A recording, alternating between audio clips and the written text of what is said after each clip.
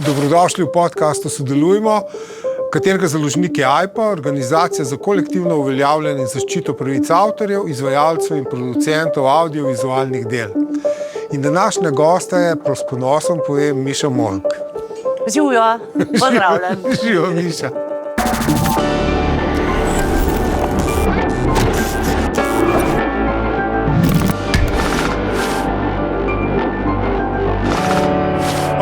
Uvodni del so mi dva tako. Zdaj nekaj, kar moram pa jaz pri sebi.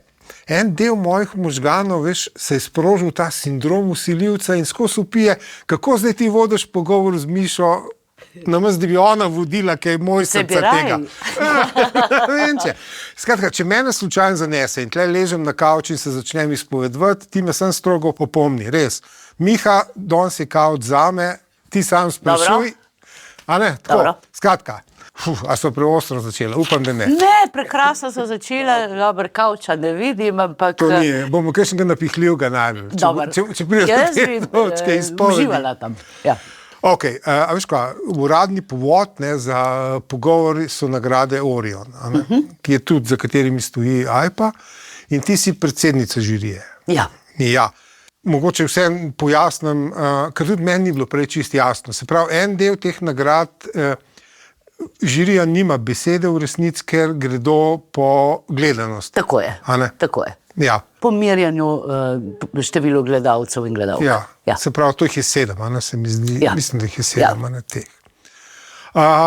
Ok, imaš pa kakšno mnenje o tem, kaj je najbolj gledano v Sloveniji? Recimo, ko dobiš seznam, nobenih skrivnosti ne bi, ampak ti gledaš seznam in posebne stvari, ki so pričakovane, pa verjetno so stvari, ki pa niso pričakovane med najbolj gledanimi. Zelo zanimivo je, da je tako kot nekdaj, da Slovenci radi gledamo naše slovenske nadaljevanke. Naj si bodo nanizanke, torej serije ali nadaljevanke. Mi imamo radi naša dela, radi gledamo to vsakdanje življenje, kjer se verjetno vsak najde v neki vlogi, pa vedno mora biti kakšna napaka, kakšen hudobnež tam, kakšen, ki spodriva ritem.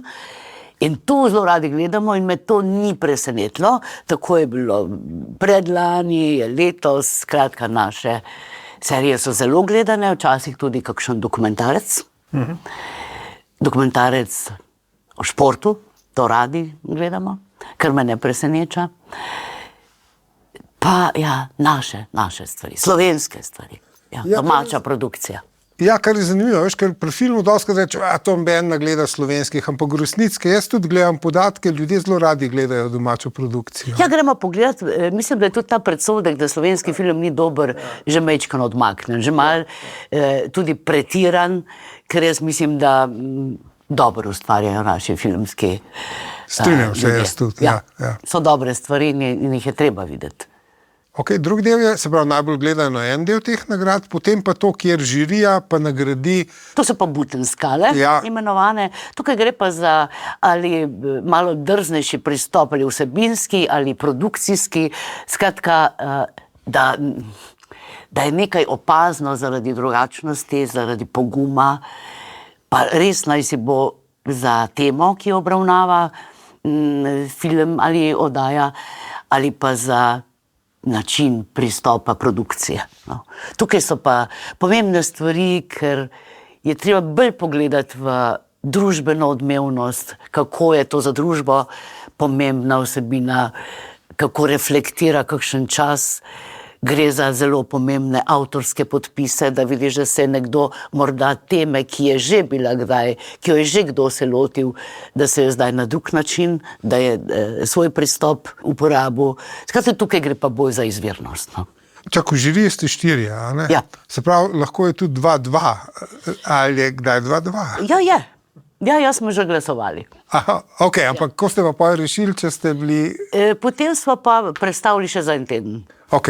In sem rekla, dajmo končati za danes, dajmo se srečati čez teden dni, poglejmo doma še enkrat in smo potem prišli do rezultata. Ok, ampak zdaj, ko si pač v tretje, zdaj predsednica žirije in med letom, ko gledaš nekaj na televiziji, a ti si kdaj reče, to pa je za nagrado? Ja. Jaz veliko gledam za nazaj, ustavim in se grem zapisati. Okay, ja. In potem tudi opozorim ostale člane, če kaj vidim, naj si pogledajo, naj si zaznamujejo, da potem lahko sproti razpravljamo. Ne? Ker mi se dobivamo tako kar nekajkrat na leto, vsi si zapisujemo in sproti na nek način, da bom rekla, ocenjujemo že, ampak prediskutiramo pa. Ja. Ker ne moreš vsega naenkrat in je zelo dobro, da gre to postopoma. Ker pri nagradah je pa tudi potem, ampak to je pa izven vaše komisije nagrada za študentsko delo, a ne? Da. To je pa tudi posebej, To je pa druga nagrada, ja. To pa nima opravka z našo žirijo. Ja. Aha, se pravi tako, da se pravi celo leto dejansko, ampak dobro, verjetno tudi neke predloge tudi tako dobivaš od drugih ljudi, a ti kdo priporoči kakšno oddajo ali pa? Če mi kdo omeni, da je kaj videl, da se kaj splača pogledati, si pogledam in spet zabeležim in povem ostalim članom, pa oni tudi mene opozorijo. Včasih me tudi kakšen avtor opozori, kaj je. Lobiranje. Ne, a si videla. Saj prav. Prijazen način. Ne, saj prav. Ja, koliko se pa pustiš vplivati, ne vem, koliko na socialnim omrežjem, pa te oddaja, ker recimo razburka socialno omrežje ali pa te to vpliva na te pri tem odločanju ali ne? Pri odločanju ne, to pa, da grem potem pogledati. Pa ja, ne, se to pa tudi kar sem pač radovedna in je tudi, če neka javnost razburi, če nekaj odmeva, je dobro, da vidimo kaj in zakaj. Seveda. Ja. Jaz ne vem, glede nagrad, ne, in glamurja, ki gre nekako skupaj, ne. Zdaj jaz nočem tlesti vsiljevati nekaj svojega mnenja, ampak tega v bistvu malo. Rečemo, da je to moje opažanje. Kam boš šel? Šel bom v to, da nekako smo mi malo, ko Slovenci smo tako malo trdi pri teh nagradah. Nismo, a veš? Jaz bi rekla, da imamo zelo ambivalenten odnos. Okay, ja. Na nek način se jih razveselimo, na nek način tudi čestitamo nekomu, po drugi strani pa zelo hitro zavidamo in zelo hitro včasih celo spodnesemo kakšno nagrado. No, saj je nekdo ni vreden. Tukaj mislim, da imamo prav tako, ker so nekaj zelo ambivalenten odnos. In enako je pri nas z glamurjem. Ja. Mi glamurja nismo negovali. Ne? Vse v socializmu je bila ta uravnilovka, nisi smel izstopati, zato nima neke zgodovinske infrastrukture, nima pri nas glamur. In zato se ni posedel in zato ni rastel. In bolj ga vidim glamur v umetnosti kot v mainstreamu. Tam ga še zaznaš v neki poetičnosti. Ja. Tam je sicer bolj nežen in blag, bi rekla. Ja. Če govoriva recimo o Božič, o Kostanji, kako je že bilo v filmu. Tam je ena taka lepa poetika, ki bi jaz rekla en tak slovenski nežen glamur. Nedrzen. Okay. Čeprav ampak se mi pa zdi, da na nek način smo pa toliko pod vplivom pač seveda interneta in vsega, da zdaj neka taka zelo kič estetika se dostikrat zdaj jemlje kot glamur zadnje časa. Ali se jaz motim? Zdaj pa jaz o glamurju govorim. Jaz bi težko rekla, da je kič estetika glamur. Po mojem, ampak... Glamur je res, da se mora bleščati. Tako, ja. Ampak najpomembnejše pri glamurju je, da je na distanci od množice. Ne, on se umika, on izstopa, on je na piedestalu, on nima z množico nič. Pri nas premajhni smo, da bi lahko sploh ustvarjali ta glamur. Mi smo ena velika skregana družina, malo povečana družina. Pogoj za glamur je distanca in hierarhija. Ja, se bi strinjal, ker že, če tako pogledaš v bivši Jugoslaviji, mislim, da Zagreb je ohranil malo tega glamurja. Ja. Tudi v socializmu so imeli to neko meščansko glamur, so imeli, a so toliko večji? Jaz sem smatral, da so toliko večji. Verjetno tudi zaradi tega, no se pri nas je to meščanstvo tudi bilo v tem najbolj žlahtnem smislu, ker so bile še promenade. Ja. Ampak, da bi pa prav negovali glamur, pa ne. In ta distanca, jaz se strinjam, pa z neko samozavestjo je treba ta glamur nositi, po moje. Ja, ker najprej, če pri nas izstopaš, Ja. je nekaj narobe. Tako je, kaj pa je? Ne? Tako je nekaj neprimerno, tako je nekaj čez. Ja. Tudi v našem značaju je to, da zelo radi prej kot pohvalimo, raje malo skritiziramo. No. Kot otrok, kaj je bila prva stvar, po čemer si izstopala? Dinamika, karakter, težko sem bila pri miru, mene je zelo zanimalo gibanje in šport. No. Ja, ker si bila tekmovalka, ne? Pa Ja, tako ja. šprint ali kaj? Šprint sem tekla. Nisem vedel prega. Ja, ja. Yes. Pa drzna, no. Nisem bila bolj v fantovski družbi, veliko smo pležali, lovili ribe in te reči sem počela. Punčka tudi, ne vem, če sem jo dobila za darilo, jaz sem dobila avto. V redu. Čakaj, pa si ga pa vozila, a si ga nastavila, kako dela? Takrat ga je oče prinesel že tisti, ki si ga malo podrajsal, pa je vem, sam ja. šel. Ja. To se mi je zdelo imenitno, z avto. Punčka je prišla sicer tudi k meni v naročje, ampak sem bila pa zelo razočarana, ker je bila oblečena. Ampak če sem želela šivati, ustvarjati, ta je bila pa že vsa odeta in prelestna. In sem vse to snila dol iz nje, ker me je dolgočasila, ne? Ja. Ni ustvarjalnosti, če je že vse nared. Ne? Ja, bojda zdaj tudi sem slišal, ne vem, tudi sestavljene legice že prodajajo, veš, da ni treba sestavljati. Dolg čas. Dolg čas, ja, po moje tudi. Grozen. Recimo, jaz ne vem, meni so skozi nekaj spraševali, ko bom odrasel, ne? A so tebe spraševali in kaj si odgovorila? Ne, spraševali me niso, sama sem se pa. Da bi me tako kdo... Čak, sama si se spraševala, kaj boš, ko boš odrasla, Ja, a res? ja. In? Ja, želela sem biti učiteljica, ne? Okay. Želela sem učitno delati z ljudmi, nekaj posredovati. Okay. Zelo pomembni so mi bili stiki z ljudmi, verjetno sem se zato znašla tudi v tem poklicu. Pa šola kot vzgoja, kot napredovanje, kot raziskovanje. To sem si želela, ja. Potem sem se zgrozila, ker sem nazaj pomislila, kaj bi jaz želela biti, ker verjetno ne bi bila tako zelo zadovoljna, kot se mi je zdelo, da je ta poklic lahko strašno navdihujoč. Takrat se mi je zdelo to imenitno. No. Ok, in potem tekmovalka, šprint, ne? In tudi tvoja diplomska je bila v športu. Zdaj že povezava medijev in športa, ne? Ja, sej nisem želela iz športa delati diplome, imela sem temo ženske v verskem tisku, to sem želela delati in je bila zasedena, že je odšla tema. In potem sem z profesorjem Tomom Korošcem sva takole sedela in debatirala, kaj vas pa še zanima. In sem rekel, ja, šport pa me, pa jezik. Ne? Me rekel, ja, pa dajva združiti, ne, jezik pa šport, in je bil to pač potem športni komentar. In je diplomska, mislim, dobila nagrado Prešernovo, ne? Ja. Čestitam, ne? Ja, hvala. Hvala, če zdaj, ampak čestitam. Ampak potem pa si že zelo malo začela delati na televiziji. Zelo veliko sem delala vsako leto, da sem si zaslužila za počitnice. In sem delala v tovarni kovinske galanterije, delala sem v ljubljanskih mlekarnah, vsako leto nekje, in tako sem šla tudi na audicijo na televizijo. Povsem z namenom nekaj zaslužiti.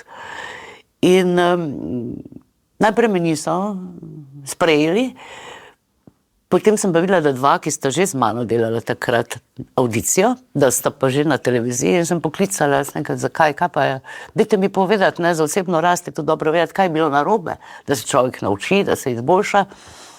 Rekel, ti si pa samo za denar vprašala. Sem rekla, sej zato sem prišla na audicijo, da bom nekaj zaslužila za počitnice. Mi smo bili pač 4-članska družina, samo oče je bil v službi in je bilo treba za ta, kot se reče, rano, money je treba bilo zaslužiti. In je rekel, no, zdaj sem pa s tem odgovorem zadovoljna, zdaj pa prid. On je takrat mislil, da mene zanima samo denar, ampak jaz sem rekel, kako se pa da s tem zaslužiti, ker sem razmišljala, a bom morala še kje drugje delati, a bo to zadostovalo, in sem pač vprašala, in se mi zdi tudi prav, da se vpraša. Sej, jaz nisem šla na televizijo zato, ker bi se mi zdela, to je ena magična škatla, krasna hiša z reflektorji. Mene to ni zanimalo. Mene je zanimalo delo, pa nek zaslužek. Ne. Drugač bi šla pa kam drugam. Dobro, ampak kaj pa si najprej vodila? Je bil nek mladinski program? V mladinskem programu oddaja Mladi za mlade. Ja. Okay. Ja. To je bila moja odlična šola. Odlična šola za vzpostavitev odnosa s kamero, z sogovorniki, izgubljanje treme. To je bilo krasno, da začneš v mladinski oddaji in da se potem lahko kališ v voditelja za en prime time in za odraslo občinstvo.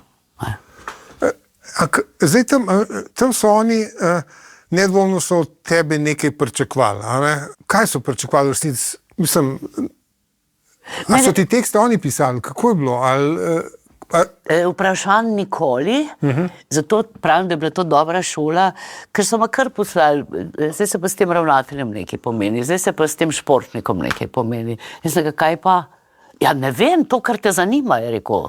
Aha, se pravi, si bila dokaj samostojna znotraj tega. Te povezovalna besedila so pa takrat redaktorji. Takrat so bili redaktorji, uredniki so bili kasneje, redaktorji se je reklo.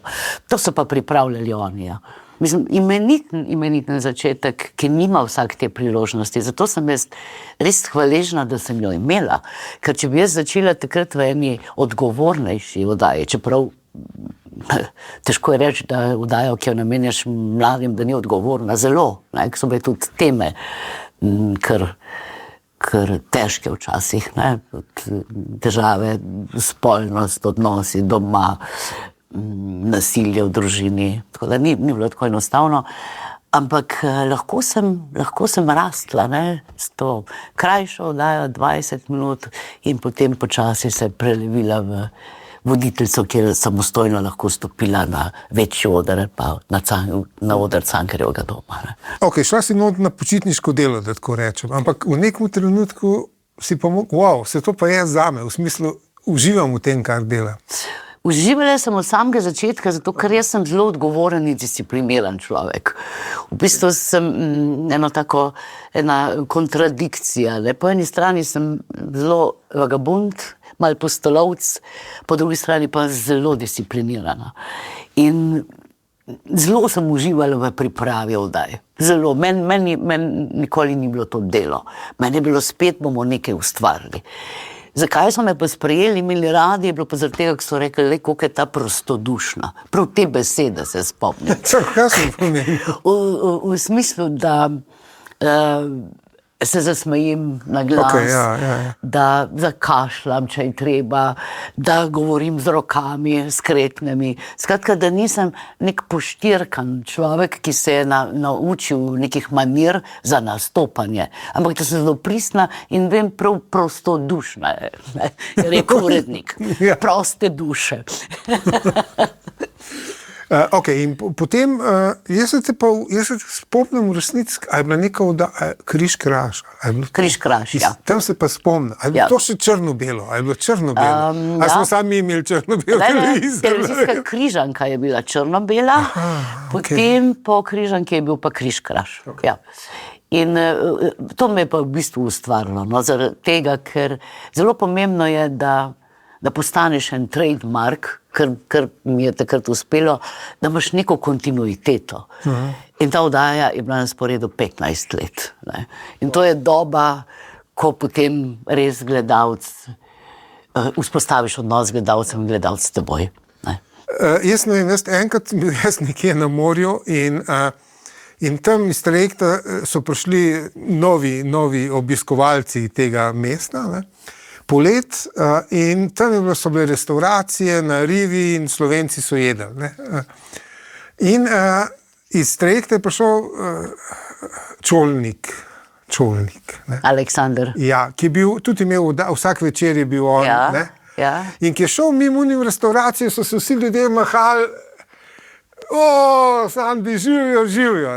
Jaz najprej, mlad pa ne vem, vsi ga se poznajo vse. Pa sem gotov, ne, oni njega poznajo in ne, oni zdaj večerjajo in je isto, kot doma, ko imajo televizor prižgan in je on na televizorju. On je njihov znanec. Ja, in zdaj so ga potem tudi srečali. Tako, saj mene tudi na cesti pozdravljajo ljudje, ki jih ne poznam. In jih pozdravim. Skratka, ti si del domačnosti si postala.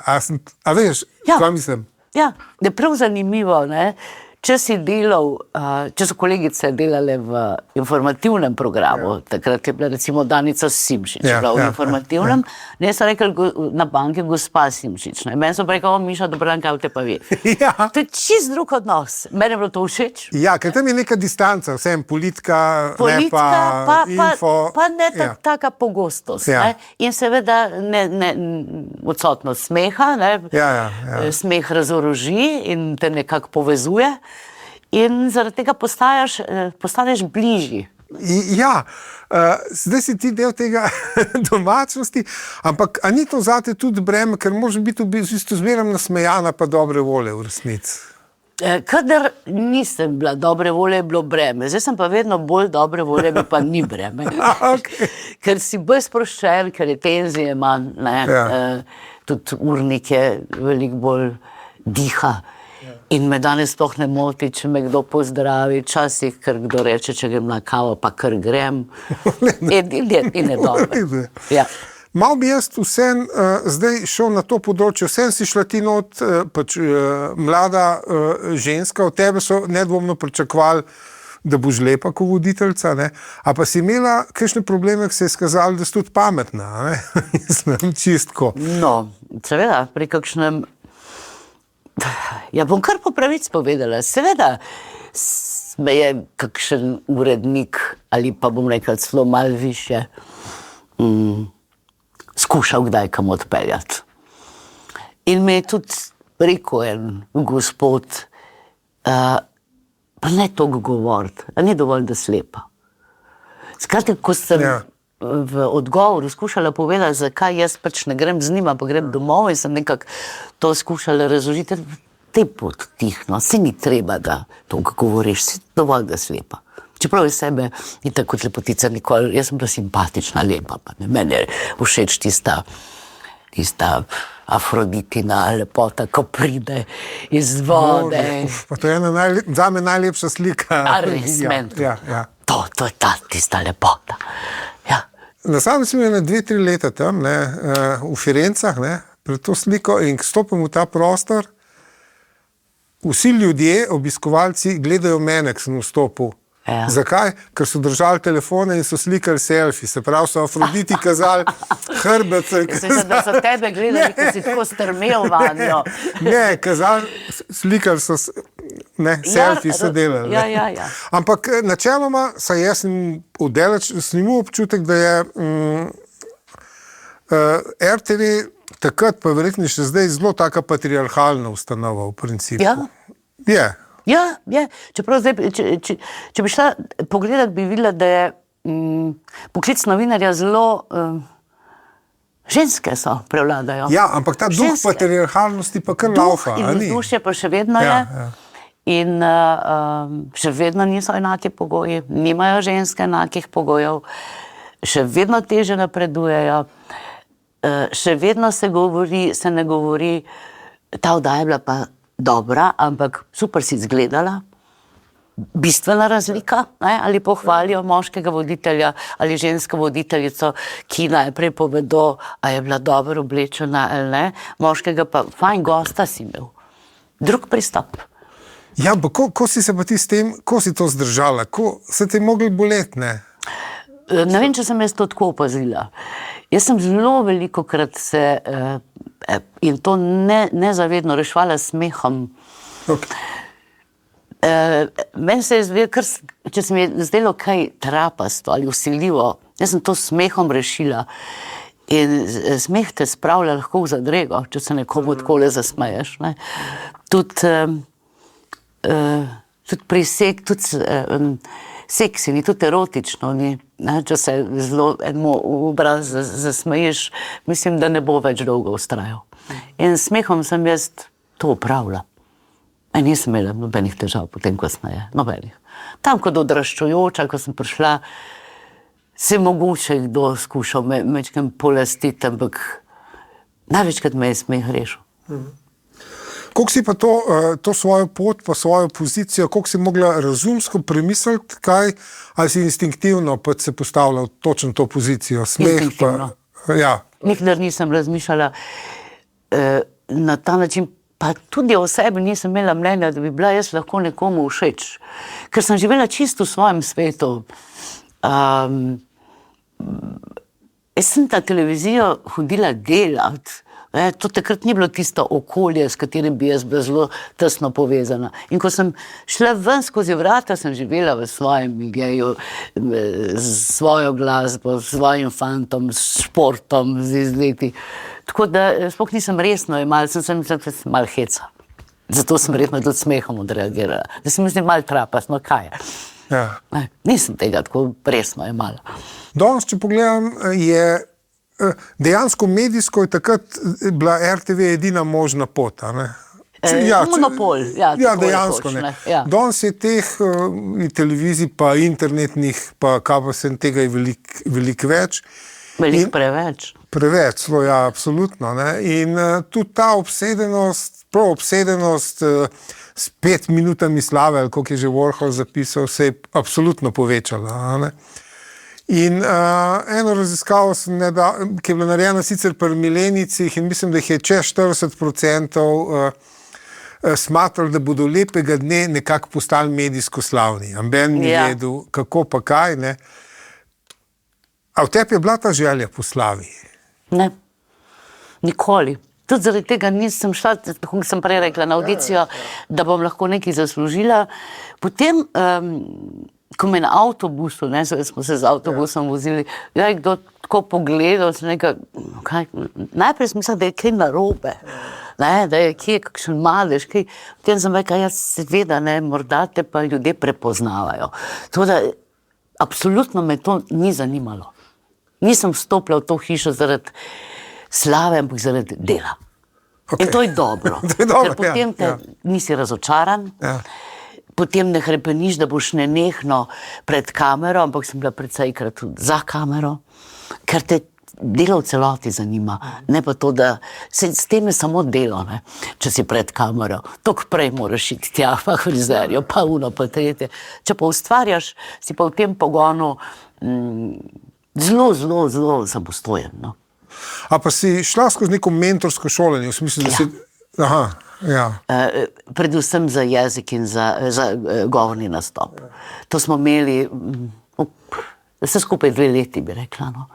Več mentorjev, pri Nataši Dolenc in Ajdi Kalan, glas izreko. Potem smo, televizija je imela Slovenija takrat, oziroma takrat še Ljubljana, je imela baletno šolo. Gib in smo imeli baletno dvorano in v takih petah s knjigo na glavi hodili po dvorani. Skratka, zelo veliko nam je nudila ta hiša. Zato jo jaz spoštujem, ker me je na nek način tudi soustvarjala. Ja, seveda. Ja. Formativna leta, ko se človek nastaja. Ja. A pa danes to še dobijo oni novi, ki pridejo, tako mentorirano šolo? Strašen minimalizem, zelo malo. Radio še, že tam je začelo popuščati, televizija pa absolutno premalo poudarka. Na tečaj, ne vem koliko jih hodi, ima sicer televizija akademijo, to se pravi ta izobraževalni center, ki ne vem v kolikšni meri organizira te tečaje, ampak ni kontinuitete, ni preverjanja znanja, drugače je zastavljeno, povsem drugače. Kako pa so domači sprejeli to tvojo nenadoma javno vlogo na televiziji? Prav tako kot jaz. Sploh se niso ukvarjali s tem. Sam, kaj zaslužiš? A se splača? Tako, na ta način. Okay. Pragmatično. Povsem pragmatično. Ker oni so tudi mislili, da sem jaz šla to nekako začasno, v tisto poletje, za tisto leto, da morda drugo leto bom že šla kam drugam, kakšno delo poiskati, tako da s tem se sploh nismo ukvarjali. Ampak potem, ti si Mislim, za moje mnenje zelo občudujoče, pravim, to svojo držo zavzela in to zrihtala, vsaka ti čast. Ampak pa si dobila pač Ulo, otroka, ne, in nenadoma zdaj se moraš odločiti za dve osebi, koliko javno spustiti zraven. Ko si pa to vodila? Ni bilo lahko. To pa ni bilo lahko, večkrat rečem tudi, da sem imela srečo, da takrat še ni bilo rumenega tiska, da ni bilo teh tabloidov, da smo še imeli mir, ko smo rojevali ženske, da ni trkalo na vrata in zvonilo, da te niso zalezovali, s kom se bo poročila, skratka, bolj v miru smo to peljali. Bilo je pa težko potem na ta način, ko sem si ustvarila družino, oziroma ko smo jo skupaj ustvarili, ker imaš res neprenehoma slabo vest. Če si doma, si rečeš, odrekla sem se temu delu zato, da sem doma, ko sem šla od doma, nekaj tam me čaka družina, namesto da bi bila doma, sem zdaj tukaj. To je bilo pa težko. To se pa zelo spomnim, ker sem kdaj v službi, ker sem bila takrat tudi še televizijska napovedovalka in smo tudi ob enih po noči rekli, po zadnjih poročilih, lahko noč. In sem s tistim kovčkom, s kozmetiko hodila na avtobus, nočna delavka, in me je prav enkrat stisnil, prav tako solze so mi pritekle, sem nekaj spet ne bom otroka pobožala, ko bo šel spat. To pa je bilo, še zdaj mi je težko. No. To pa je bilo. S tem, da je Ula tudi šla v medije na nek drug način. A pa te kdaj vprašala za nasvet? Najtežje starši svetujejo. Se vem. In ne vprašajo te. Seveda. Kasneje zdaj pri teh letih takrat pa ko je začela. Jaz nisem ti. Jaz sem jaz bom drugačna. Prav? Ja, se morajo odrasti. Ker bi lahko veliko svetoval. Ja. Z veliko znanja. Ampak jih moraš spustiti tudi, da sami trčijo, sami vase, in da vidijo, da bi bilo more biti dobro, kaj vprašati. Ampak to vprašajo pa kasneje. Takrat pa ne. Takrat, ko pa odraščajo, je pa... vsak drugega bi lažje poslušali kot starše. Jaz sem to že ugotovil, že za to inštruiranje za v šolo, bolj da inštruktorje najavim, tudi to ne gre v resnici. Ne gre. Vsi pogovori grejo. Ja. V vseh tudi intimnostih, vse. To pa ne gre. Enkrat v enem intervjuju se omeniš panične napade pa izgorelost. Na tem mestu bi te vprašal, kdaj kronološko je to se zgodilo? Točno v tem času, ko smo prej govorila, majhen otrok, družina in največ dela. Takrat je res moja kariera rastla. Delala sem vse novoletne praznike, božične praznike, ta velike festivale, Slovenska popevka, Melodije morja in sonca. In je bilo vsega preveč. In potem so se začeli panični napadi, ki danes vem, kaj je to, takrat nisem vedela, sem imela velike težave prepoznati, da je to vzrok utrujenost, da tega ne zmorem. Imela sem srečo, da je bil takrat moj prijatelj Andrej Stare, doktor, ki pa je že, hvala Bogu, imel prej panične napade in je vedel, zakaj gre. Je rekel, sam to je rekel, vstav se, ne gre več. No, in sem potem začela spuščati par projektov, da sem lahko zadihala in brez slabe vesti bila tudi doma, če je bilo treba. Ampak to ni tako enostavno, je bilo par let, ni tako enostavno. No. Ni, nekaj povem, ne vem, prekletstvo perfekcionizma. To je to. Se ponovati v kombinaciji to. Ja. Če bi tako površinsko, greš, odvodiš oddajo, dobro, če se pa pripravljaš takole, kot si se tudi ti, da skušaš speljati najbolje, ker jaz res nisem površna, tudi za vsakega gosta sem šla vse stvari prebrati, da ne bi padla v zadrego, da česa ne bi vedela, da bi mora biti kakšno informacijo narobe povedala. In časa mi je zmanjkovalo in zmanjkovalo. In Začelo se je tako s težkim dihanjem, potem močen utrip srca, potem že rahle omedlevice, potem pa vidiš, da telo mora počivati in da ne gre več. Ja. Omenila si pogovore in zdaj, prvič, ko sem jaz vdajo res je, ne, bi zdaj jaz omenil, tisti pogovori so se meni zdeli super vodeni, super si to vodila, res. In tle ti povem, en dokaz, koliko popularna s temi pogovori se postala, evo, ta zgodba je resnična.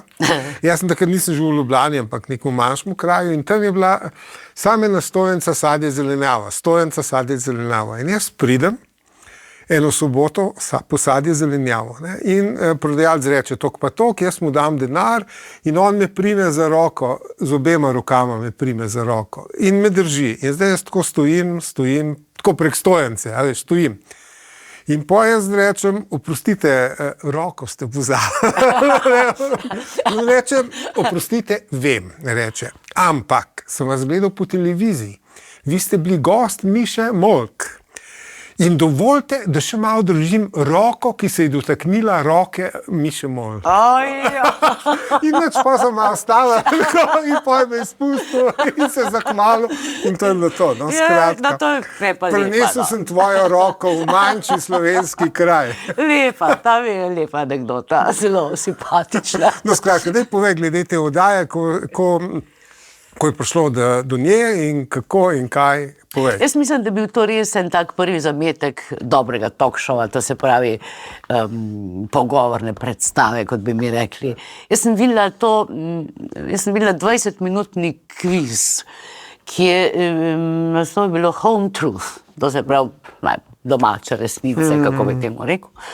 Kjer so se spraševali o tem, kaj je res, ne, a je Miha Bacini leta tega in tega na Voglu, ne vem kaj. Ne. To je bil kratek kviz. In meni se je zdel zanimiv zaradi tega, ker je že sprožil meni to radovednost, mene zanima namreč bolj človek kot dogodki, mene zanima psiha, mene zanima to brbotanje v človeku, pa naj si bo v drobovju ali pa v možganih. In tukaj so že bila taka vprašanja, da si ti človeka res začutil v večdimenzionalno. Ne samo te rezultati, katerega leta je, kje kaj uspel, ampak tudi kako je doživljal, hodil skozi čas. Tako. In sem si jaz naročila to kaseto, videla sem jo v Montreju, kjer so bili te televizijski sejmi in festivali.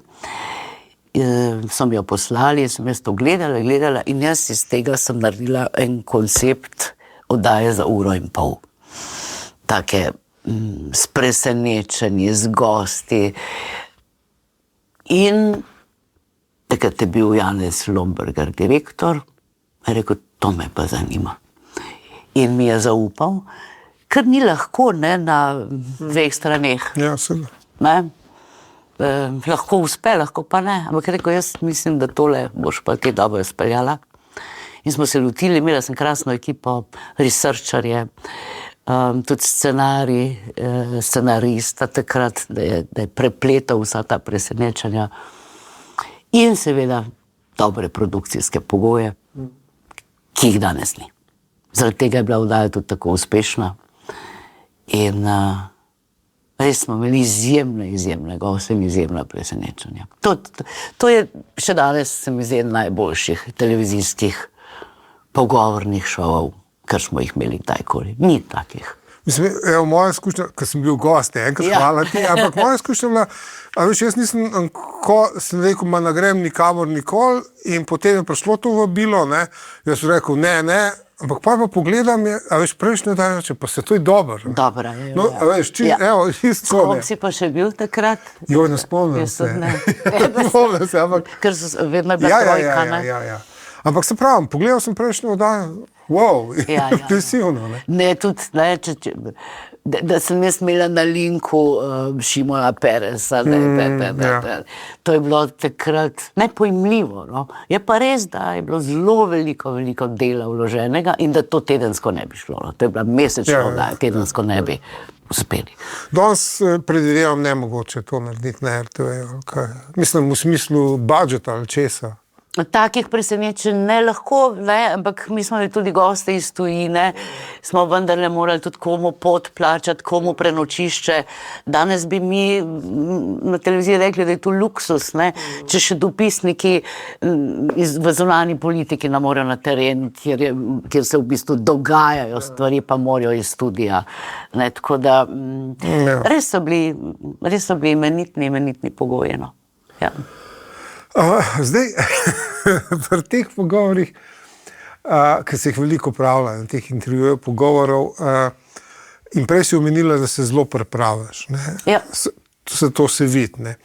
Drugo je pa, meni se zdi, da ima zelo dober ritem, jaz kot poslušalec, tako, da držiš zelo dober ritem pogovora, in da ne greš v silo, v neko offside, in zelo nekako spoštljivo, no, bi rekel, no, vem, tak izraz, da jaz to uporabljam. Ne. Jaz mislim, da je zelo pomembno varen prostor ustvariti. Ja.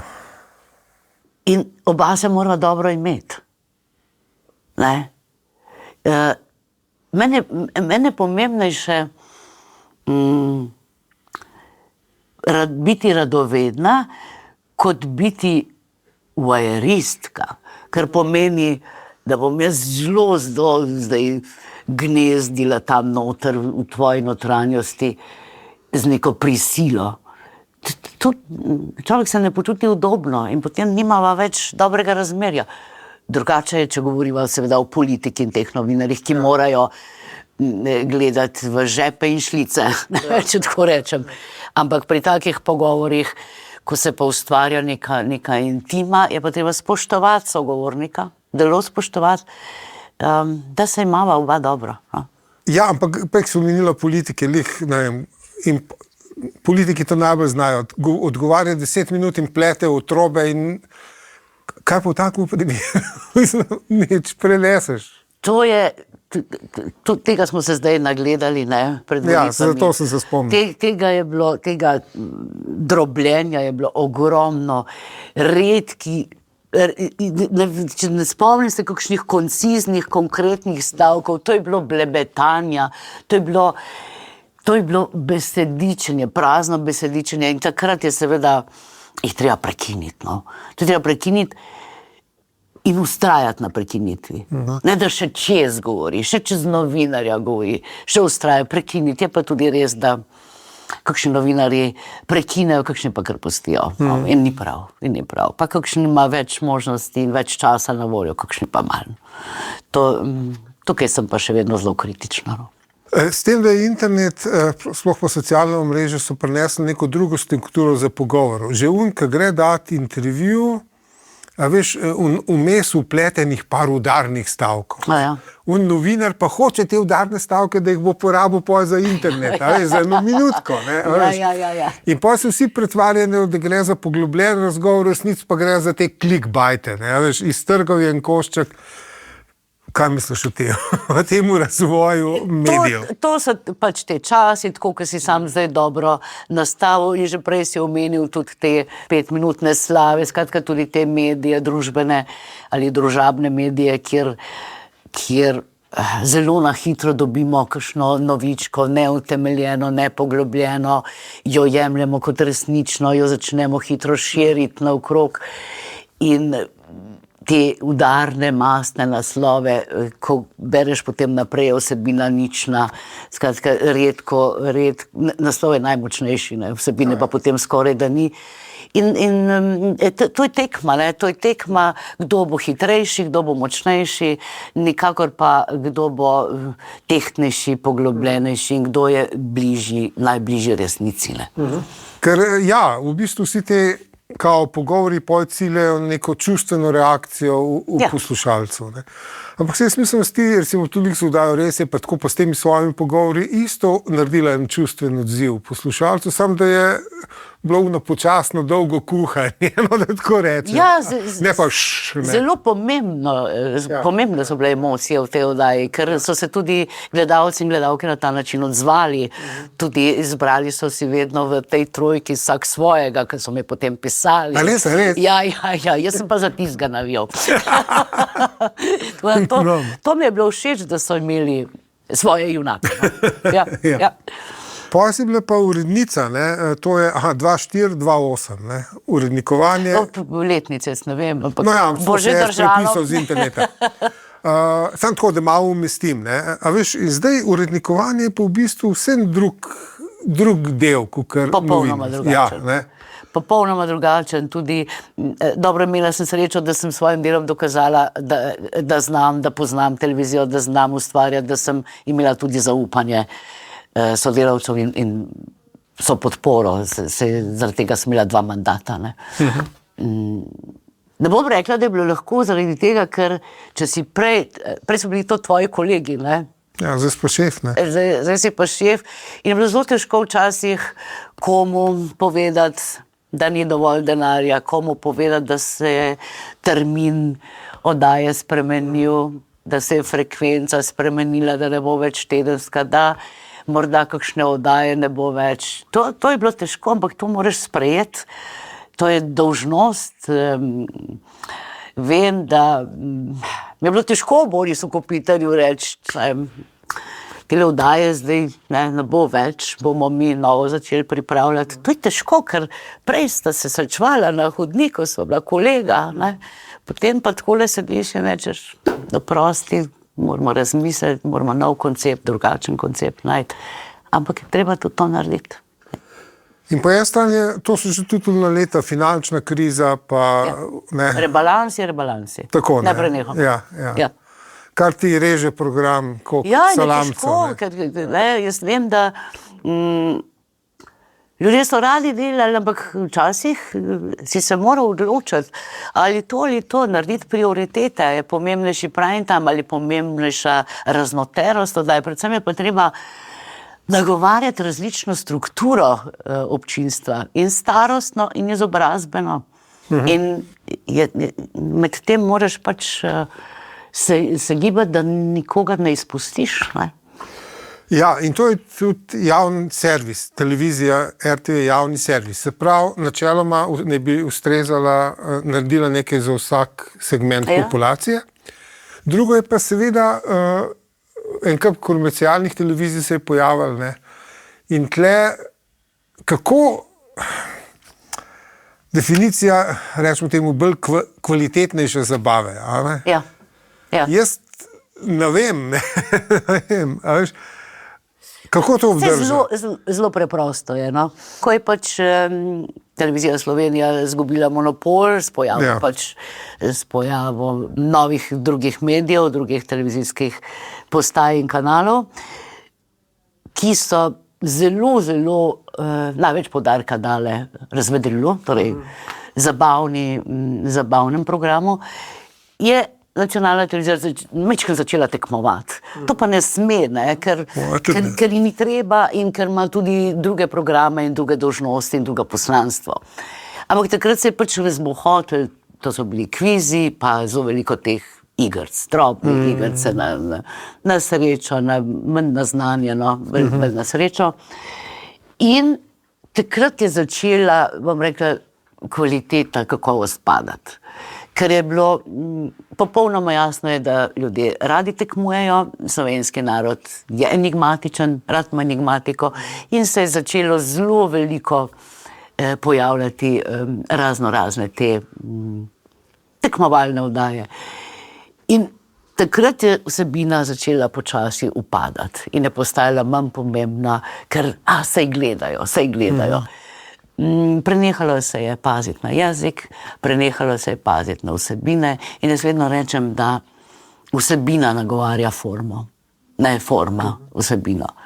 Ker dleto in kladivo smo imeli od nekdaj.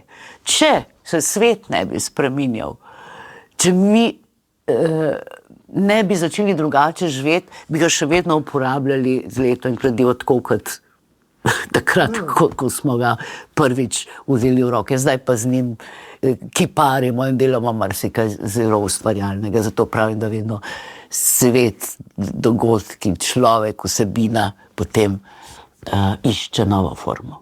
Ne obratno. Forma ne polni vsebine. S tem, da se mi zdi, da je pač komercialne televizije načeloma, so komercialne, ampak tudi RTV, je klonila temu internetnemu razmišljanju, ker je edini kriterij število klikov, ne, se pravi, število gledalcev v tem primeru. Ne. Ampak, dobro, ti si bil razvedilni program, zdaj nedvomno je v infoprogramu, pa tako so politični pritiski pogosti, predvidevam. Ne.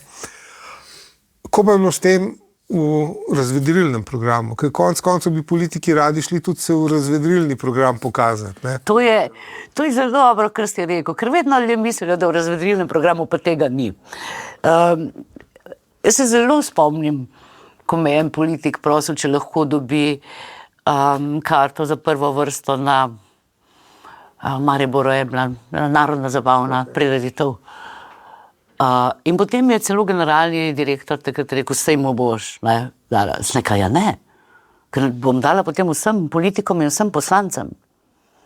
Ker se je, seveda v prvi vrsti ploskajo, kamera je tam in on bi bil po vsaki pesmi v kadru. In seveda tega nisem naredila in sem ne. In sem imela mečken spor takrat z generalnim direktorjem, sem rekel, predstavljaj si, da bo zdaj on skozi v kadru, v bistvu imamo pa toliko in toliko politikov. In zelo, zelo, zelo radi so hodili v razvedrilne oddaje, zaradi tega, ker tam jim ni bilo treba govoriti odgovorno in pametno, ampak so se lahko samo pokazali in malo pozabavali, pa mogoče kaj lepega v svoji družini povedali, ne? Tako kot zelo radi za Božič se potem še malo poslikajo, ne? Čez leto živijo drugače. In sem včasih dobila tudi kakšen namig, da bi kdo rad prišel v oddajo. Ja, seveda. Ja. Mogoče, če imaš kakšen komentar na to, da zdaj, ko sem malo gledal podatke, kaj je najmočnejša televizija na svetu, je to YouTube. Ne? Ja. In YouTube, bodo rekli ljudje, večinoma misli, da nima urednika, ampak v resnici ima v zadju računalniški algoritem, ki po nam neznanih kriterijih, ne, ki so pa znani tem avtorjem, ureja te vsebine in nam jih daje. Ne. Zdaj ti, ko urednica gledaš na to, da je to danes v bistvu to delo stroj prevzel. A veš, da si stroj poriva nekaj, kar misli, da je pa tebi to koristno. Razumem, je pa imam tukaj malo razcepljeno mnenje. Ne? Po eni strani, če urednikuje dobro, naj kar nadaljuje. Ker imamo lahko tudi človeka, ki slabo urednikuje. Ja. In veliko takih primerov je bilo, ko se uredniki niso upali odločati, ko se niso znali odločati, ko so se napačno odločali.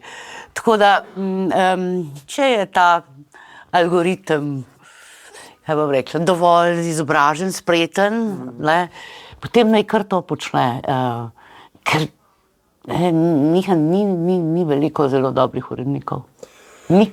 Ja, to je moje neznansko občudovanje do dobrih urednikov, moram reči. Ja. Tudi moja osebna izkušnja, brez literarnega področja, ampak absolutno da. Ker je to, po eni strani je to birič, ki te ganja, pa usmerja, na drugi strani pa skala opore, ne, kadar je treba. Ne. Ja. In te dve, po moje, te dve funkcije je težko združiti, pa težko pelati. Ja, mislim, zlasti v literarnem svetu je to izjemno pomembno, dober urednik. No. Ja. Ja, tako sem jaz spoštovala Nelo Malečkar, je prav, da jo omenim, se mi zdi imenitna urednica, no, res. Evo. Grejo zdaj še na mednarodno, ta EBU, European Broadcast Union, pa Eurovizija, pa vse te stvari. Ampak najprej povem, človek potuje po svetu in poj naveže nek kontakt z domačinom in poj oni ponovadi kakšen šport, prinesejo ven, ne, pa poj jaz ne spoznam na šport, ampak za te toliko znane slovenske športnike tako da pokramljamo, ne. Razen v Avstraliji. V Avstraliji pa, kdor je zvedel, da sem jaz iz Slovenije, vsi so vedeli za vse tekmovalce iz Slovenije. Avstralci so obsedeni od eurovizijskih nastopov, ne. Jaz sicer ne vem, zakaj to, če imaš kakšno teorijo, se priporočam, ampak nedvomno je to ena oddaja, ko vsi rečejo, se nam gleda, to mene ne zanima, pa vsi komentirajo, ker so vsi vse videli. Da. A je tako, mislim. Že to, da je tekma, ne? Spet je tekma, spet tekmujemo. In še mednarodna, ne? Naši vasi. Mednarodna je, tekmujejo, jaz bom rekla, da vedno bolj tekmujejo zastave kot pesmi. Žal. Se pravi, da je politično Od nekdaj bilo, ampak zdaj je pa to še... ekstra? Še toliko bolj zaradi tega, ker se EBU zelo izmika pravim odgovorom. Zelo radi trdijo, da politika ne sodi na Eurosong, da je treba neutralizirati vse konflikte, da se je treba izogibati konfliktom. V bistvu je pa to slepljenje. Meni se zdi to je taka hipokrizija. Evrovizija je industrija, Evrovizija je denar, in tako tudi funkcionira in nehajmo se slepiti, da je to neko druženje Evrope, ker že zdaleč, že dolgo ni več temu tako, gre za tudi zaslužke, scenografija stane let, luči stane, vse stane in tukaj nekdo dobro služi. Če bo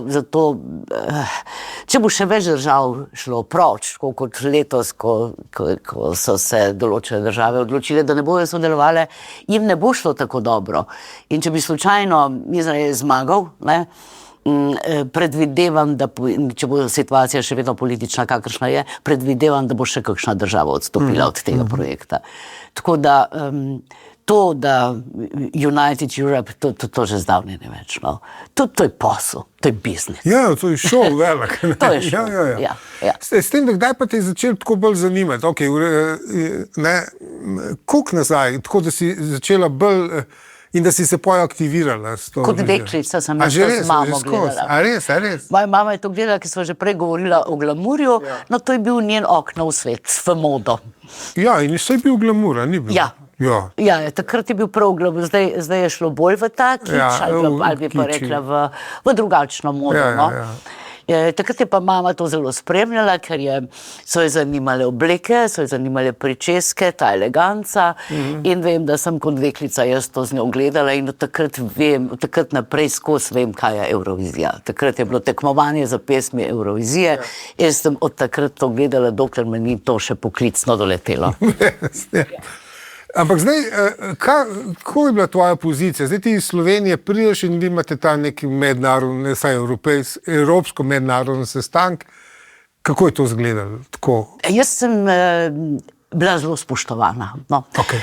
Mene so izvolili na srečanju razvedrilnih programov, uredniki posameznih držav, smo imeli sestanek in na sestanku so potem izbrali to referenčno skupino, ki je pač skrbela za pripravo in izvedbo Eurosonga in tam sem bila presenečena, da so tudi gospodje, kot so bili Nemci in Italijani in Španci so glasovali zame, imeli smo pa prezentacijo, vsak imel svojo prezentacijo, kaj si predstavlja, kaj se mu zdi dobro, kaj bi spremenil in seveda prezentacijo, kako je v naši državi, v vsaki matični državi urejen predizbor za pesmi Evrovizije. In sem res, prav takole so mi po mizi ploskali, mislim, da sem imela zelo dobro prezentacijo, ampak to spet pomeni, da mene to zanimalo, zato sem se tako pripravila, nisem šla na potovati na ta sestanek, ampak sem res prišla pripravljena in potem sem bila v tej, mislim, da 8 ali 9 let v tej delovni skupini, kjer sem se ogromno stvari naučila. Ogromno, o spreminjanju formatov, o participacijah, o financah, o odru, o pripravah, krasne izkušnje. To mi je pa res dalo veliko znanja, ja. Veš, kot antropolog moram vprašati, da so opazila kakšne te mentalitetne razlike med, veš, kaj sem opazila? Opazila sem ta različen pristop do samega festivala, do same prireditve, kako določene države vstopajo v to zelo zares, določene pa reče, pa naj gre drug let pa Martina. Skratka, se ne trudijo tako močno kot posamezni. Mi smo tudi, Slovenija tudi vzela zelo zares, zato tega, ker nam je bilo pomembno se predstaviti, pomembno nam je bilo opozoriti nas, zlasti zaradi tega, ker smo prej nastopali kot Jugoslavija, po 93. Mislim, da smo bili prvič kot samostojna neodvisna Slovenija, smo pa želeli nekako vzpostaviti naše ime in se postaviti v ta zemljevid. Zelo pomembno je to v Skandinaviji, celi Skandinaviji, zlasti Švedski, oni jemljajo to smrtno resno. In zelo pomembno je bilo pri manjših državah ta preboj, tudi jaz sem tukaj, Velika Britanija. Ja, se to se vidi. Se pa vidi, ja. Se nekaj dosti s tem ukvarjala. Največ držav je pa kar tega, ker so imele tudi večino držav te najboljše talenti, to tekmovanje so pa kar tistega poslali. No. Tudi Italija zdaj pošilja zmagovalca Sanrema. Tako da se ne ukvarjajo posebej še kdo gre, ampak gre kar avtomatično zmagovalca Sanrema, gre še na Eurosong. In ko si ti slovenski zbor in ti si gotovo imela kakšnega favorita in se ti ne smeš podpreti javnost nekega favorita v tekmovanju?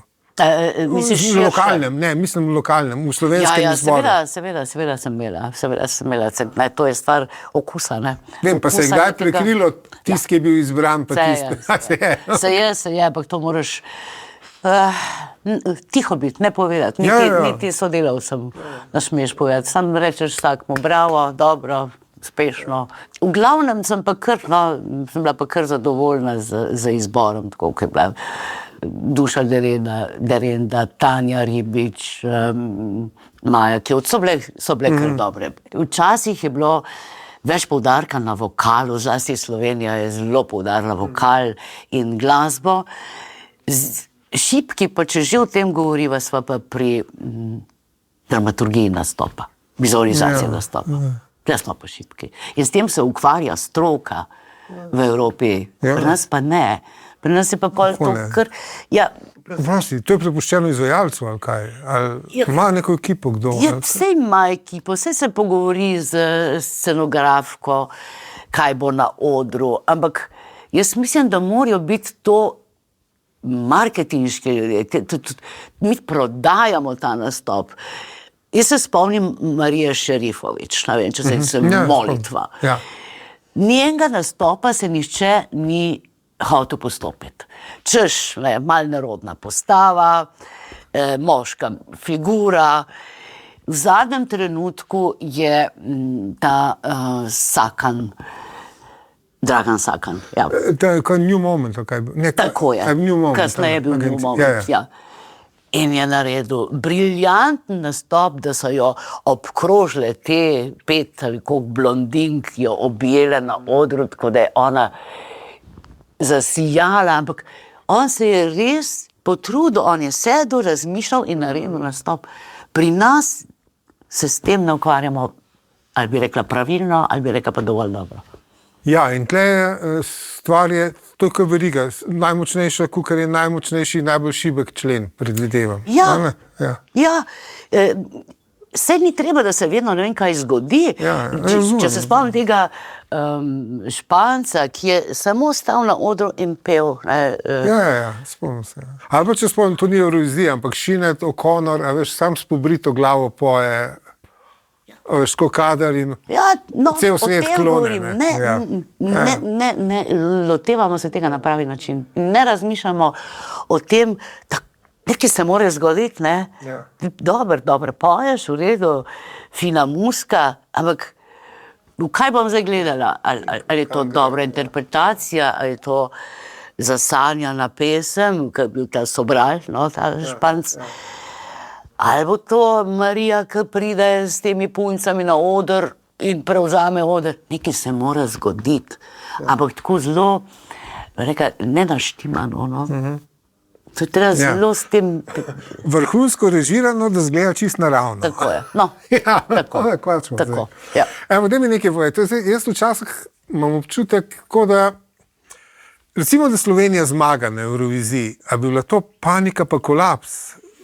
Ko bomo zdaj to sfinancirali? Na začetku bi bila, potem bi pa verjetno morali speljati, če pa ne, pa potem kakšna druga država to prevzame. Ampak pristopiti mora država, mora občina, mora televizija, to so plačniki, potem pa dobiš seveda še evropska sredstva iz EBU-ja od participacije vseh sodelujočih. Ampak jaz se ne bi tega ustrašila. Jaz mislim, da to bi bil dogodek, da bi morala tudi država pristopiti zraven. In mene tega ne bi bilo strah. To je res promocija, no? Absolutno. Jaz bi rekla, to je treba speljati in dajmo. Ja. Kakšno pa zdaj stanje v Gruziji? Jaz ne spremljam njih. Zdaj bojkot, delno... Odstopile so Nizozemska, Irska, Španija, Islandija, Slovenija. 5 držav ne sodeluje. Jaz sem zelo vesela tudi, da se je Slovenija tako odločila, prepozno, morala bi se lani in da si ne mažemo oči in da rečemo, nič se ne dogaja. Pač dogaja se genocid, dogaja se vojna in je treba in ne moramo mi zdaj tega podpirati. Ne moramo. Ok, gremo na naslednjo obdobje v tvojem življenju in sicer varuhinjo. Pravic gledalcev, a se tako... Varuhanja pravic gledalcev, poslušalcev in bralcev, ker ima tudi multimedijski. Res je, to ne rad. Tlej pa ta pozicija je meni zelo zanimiva, ker sem tudi jaz delal v podobni poziciji znotraj tehnološke firme, ker nenadoma si v nekem podjetju zaposlen, ampak zagovarjaš stranke tega podjetja, uporabnike, stranke, poslušalce, gledalce, bralce. Se pravi, si v bistvu na mali bojni nogi skozi znotraj podjetja z unimi okolji. Se strinjam in tudi ne vem, če je ravno dobro, da tega člena ni. No.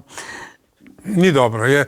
Mislim, da bi moral biti to nek zunanji človek, to mislim. Ne? Razumem, ja. Ker naenkrat si potem, prej si bil tudi ti, ki si bil kdaj kritiziran, ne? Ja. Zdaj si pa varuh, ne, tako kot sem bila jaz varuhinja in sem zdaj morala jaz prebirati pritožbe čez moje kolegice in jim posredovati in govoriti, kaj ni dobro.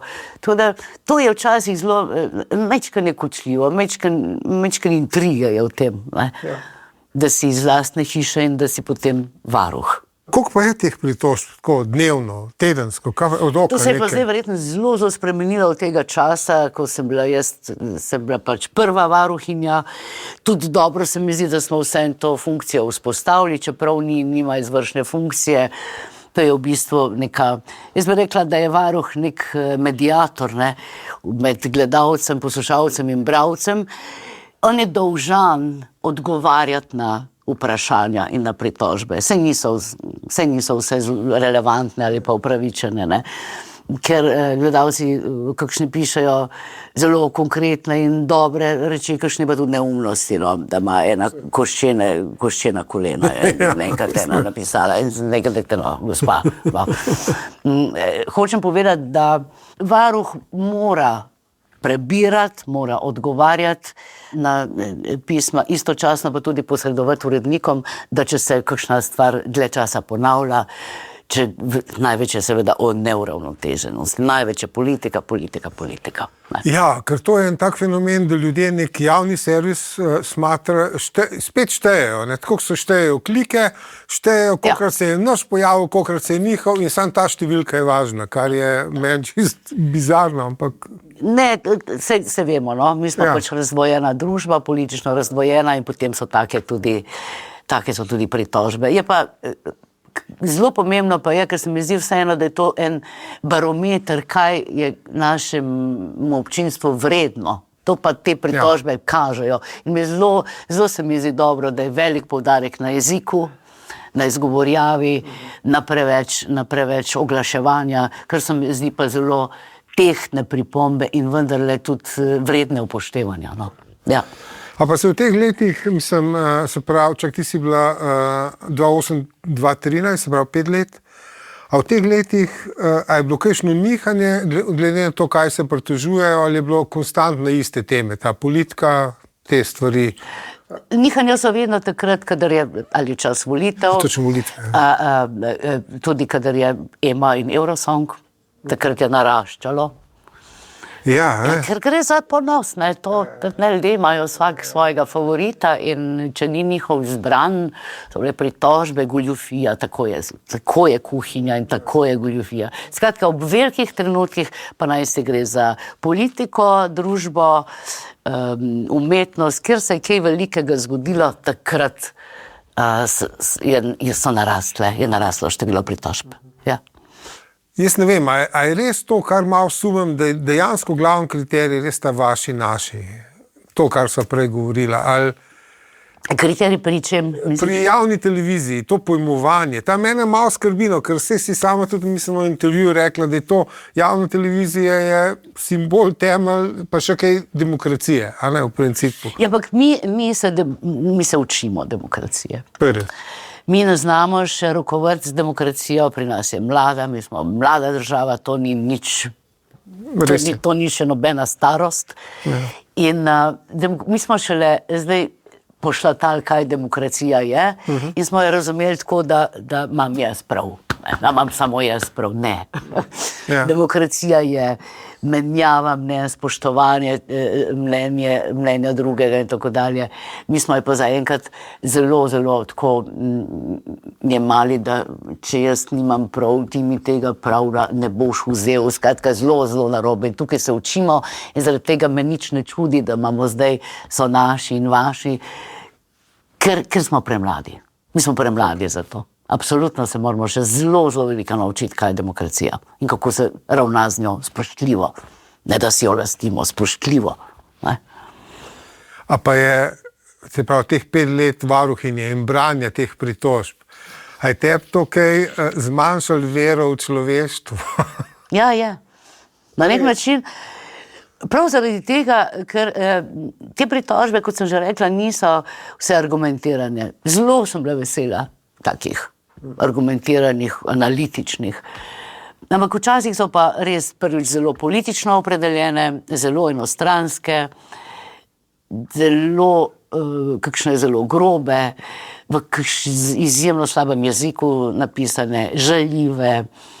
Tako da vedno sem si rekla ob letnem poročilu, zdaj pa v en ašram se mečkam spucati, ker je to je umazano. Ljudje so tudi zlobni, so grdi. To ni bilo prijetno vedno brati.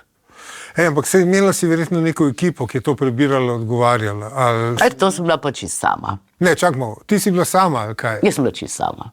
Ne. Jaz sem bila čisto sama, to je bilo grozno. Kasneje sem zelo prosila in sem dobila eno sodelavko, da mi je pomagala pri sestavljanju kakšnih odgovorov, pa pri letnem poročilu. Jaz sem bila sama, ja. Je bilo sicer manj pritožb, ker sem šele začela. Okay. Potem, ko so se ljudje navadili, da ta funkcija obstaja, so se začeli tudi bolj oglašati, ampak je bilo zelo naporno.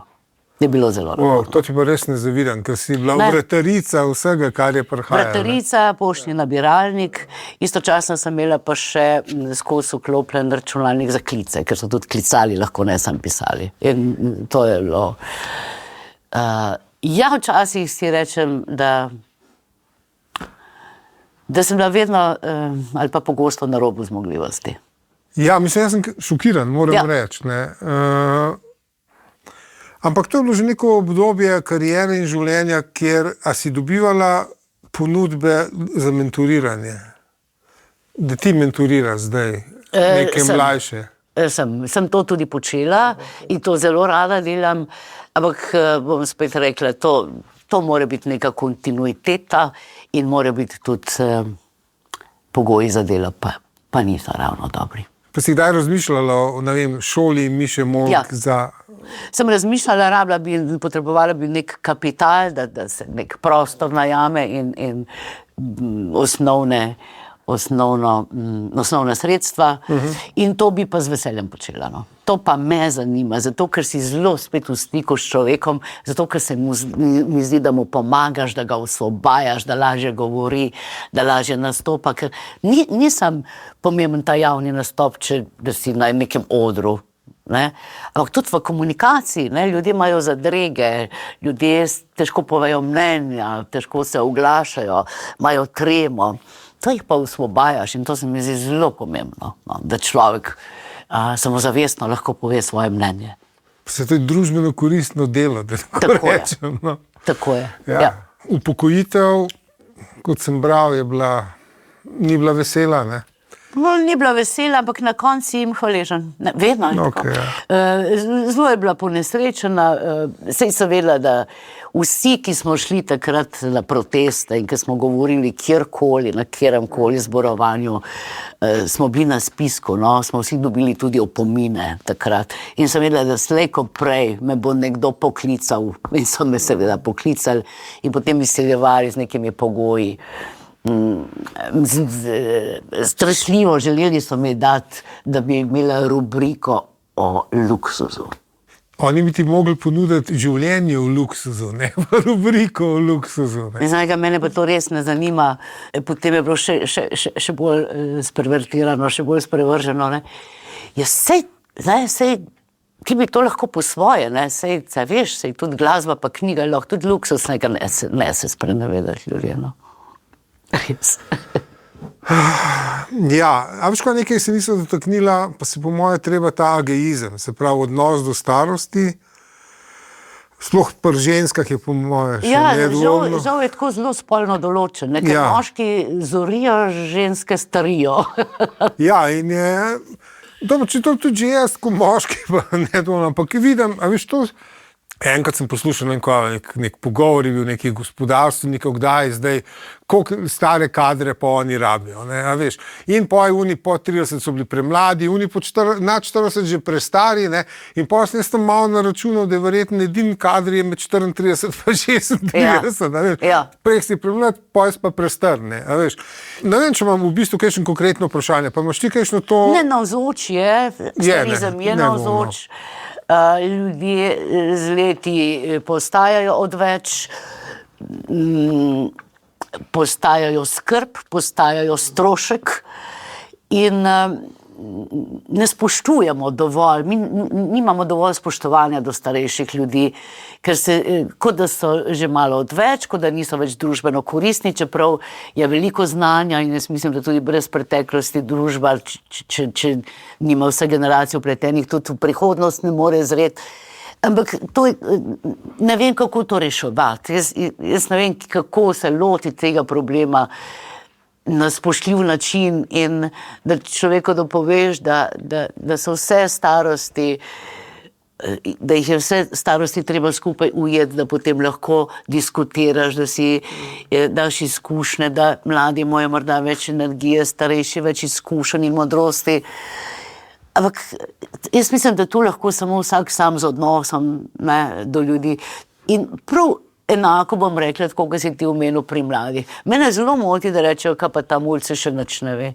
Pa dajmo mu priložnost, da bo vedel, da bo znal, da bo zmogel. Tudi do mladih nimamo ravno spoštljivega odnosa. Ne, nimamo, ne.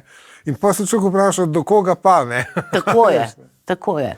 V enem intervjuju si rekla, da boš napisala knjigo v penziji, ne? Vse jo pišem, a zase. Ne, danes vsi objavljajo. Jaz izjemno cenim vas, pisatelje, izjemno cenim. In to ni tako dobro, da bi dala jaz komu brati. To je zame, to nastaja, pišem, veliko je že napisanega, ampak jaz res sem zelo, zelo zvest in dober bralec. In preveč ljudi piše. Danes. Naj kar pišejo, saj prav, naj kar pišejo, vsak, ki kaj napiše, dobi svojega bralca, ampak jaz res obožujem zgodbe, jezik, slog, stil, duhovitost, vse, kar je v knjigah moč najti. Se kaj ne rečem. Ja. A veš, sem si jaz z velikim zapisal, ne vem kam, Miša Molk. Ja. Sem si napisal. Kdaj si se začela boriti za izgovorjavo svojega priimka? Prepozno, mnogo prepozno, ker na televiziji samo redki vedo, da se izgovori Molk. Na televiziji, kjer sem bila 43 let, veliko ljudi reče Miša Molk. Ja, ker tudi jaz tako slišim. Ja. Ker zato sem se pa prav spomnil, meni se je tako malo smešen, ker jaz sem se pa za izgovorjavo svojega priimka boril že v osnovni šoli. Ne. Kako so ga pa izgovarjali? Mazini. Ne. A veš, Mazini. Potem je in potem zmeraj mi zadnje klopi en glas, ker Mazini. Tako so ne vem, mene nič ne moti, če rečejo Molk, ampak kot da me nisi omenil, kot da nisi mene poklical. tako mi zveni, kot da to nisem jaz. Ne. Da zdaj rečeš neki unipunčki, ne, ki zblati, ne, da zdaj imaš en stavek za povedati, kjer bi bil ta stavek. Tej deklici? Tebi, takrat. A meni takrat, ko sem bila mala? Ja. Jaz sem rekla, punca, samo ustrajaj, zato ker imaš zelo velike neradoveznosti v sebi, energije in nad se ustrašiti. Samo ustrajaj. Najlepša hvala. Hvala tebi. Hvala. Drage poslušalke, gledalke in poslušalci, gledalci, to je bil pogovor z Mišo Molk, podcast Sodelujme od Ajpe. Naročite se, draga Miša, še enkrat najlepša hvala. Hvala tebi. Fajn minimo. Z veseljem.